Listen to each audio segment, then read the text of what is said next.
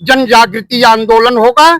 जन जागृति आंदोलन के तहत ऐसा भीषण आंदोलन होगा जो सन 1900 जो करपात्री जी के समय पे हुआ था उससे कहीं भयंकर आंदोलन होता है कि यदि कोई हरिहर निंदा सुने चुकाना हो पाप को घात समाना काटिए जीभ जो चले बसाई श्रवण मूड में चले पढ़ाई। यदि हमें भी इस बात को के लिए आदेशित किया गया है धर्मो रक्षित रक्षिता, धर्म की रक्षा करेंगे तो हमारी रक्षा होगी। धर्मो रक्षित रक्षिता, यहाँ तक कि धर्म हिंसा तथैवचा, धर्म के लिए यदि हिंसा की गई तो वो भी धर्म है।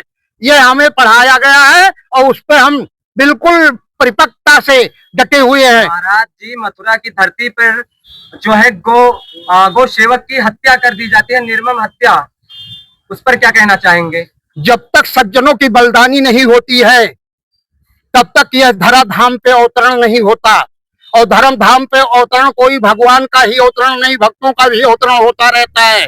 भक्तों का भी अवतरण यहाँ चलता आया है। ये भूमि वीरों वीर भोग्या वसुंधरा, ये वीरों की धरातल रही और वीरों की धरातल है।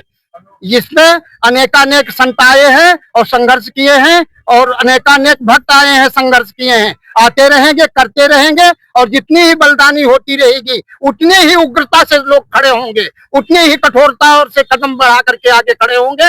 उसका निश्चित है निशाकरण। 24 में उर्वशी में अयोध्या सदर तहसील में मेरी उपस्थिति इस समय है। जो संपूर्ण भारत के तहत इसमें 5000 तहसील में लगातार जो गौ सम्मान अभियान चलाया जा रहा है उसके तहत में 5000 तहसील में आज ज्ञापन सौंपा जाएगा। उसी के तहत में आज सदर तहसील में हजारों की संख्या साधु संत समेत जो गौ सेवक थे, गौपालक थे, वो लोग यहाँ पे आम जनता भी पहुंची है। तो तमाम संगठन से भी लोग आए हैं। मौके पे कुछ हमारे पास साधु संत हैं, उनसे भी बात। राष्ट्रीय गौ संरक्षक दल राष्ट्रीय अध्यक्ष हनुमानगढ़ी आज सदर तहसील अयोध्या में पहुंचे हैं। जो हजारों संख्या में साधु संत समेत तमाम संगठन के लोग पहुंचे हैं ज्ञापन सौंपने को लेकर। यह ज्ञापन इसलिए सौंपा गया है कि आज तक जो कुछ हुआ वह असहनीय रहा।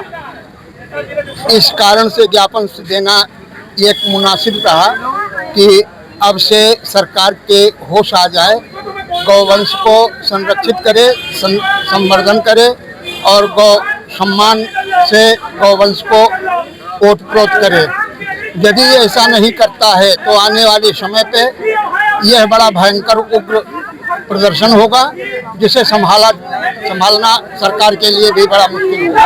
भारत में दूसरे नंबर पर गौमांस की तस्करी का मामला आता है। लगातार देखते होंगे तमाम गौ सेवक होते हैं, पकड़ते हैं गाड़ी, उनकी गौ तस्करी। लोग कह रहे हैं कि मुख्यमंत्री जी कह रहे हैं कि गौ तस्करी बंद हो गई, लेकिन आया दिन तस्करी का मामला सामने आया। जब गौ तस्करों से, गौ बधशालाओं से पार्टियां जब लेती हैं, सब्सिडी लेती हैं, पार्टियां चंदा लेती हैं, तो पार्टियों को हर हालत में उन्हें बढ़ावा देना मजबूरी हो जाता है। क्या पार्टी गौ तस्करी करवा रहे हैं? बिल्कुल, पार्टियां जो भी पार्टी आज तक आई सब गौ तस्करी करवा रही हैं। गौ तस्करी नहीं, सनातन को मिटाने के लिए कार्य कर रही है, चाहे जो पार्टी हो।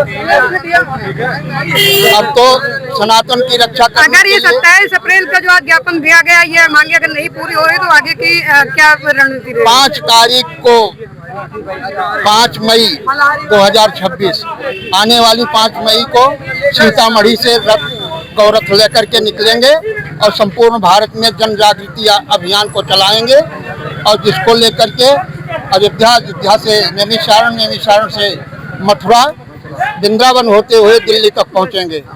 जो बहुत बड़ा भयंकर आंदोलन होगा जिसको संभालना सरकार के बूते की नहीं हो।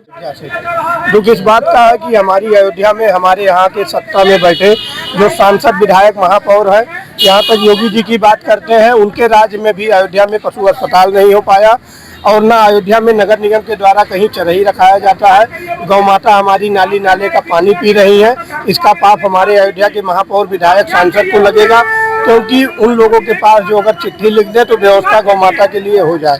बैसिंगपुर गौशाला में जो सरकारी गौशाला है वहाँ पर उनको सूखा भूसा, सूखा चोकर खिलाया जाता है। जैसे हम लोग दाल भात खाते हैं, अगर दाल नहीं रहेगा तो चावल खाने में अच्छा नहीं रहेगा, तो वहाँ पर जो चारा देते हैं उसका चारा का निरीक्षण करना चाहिए।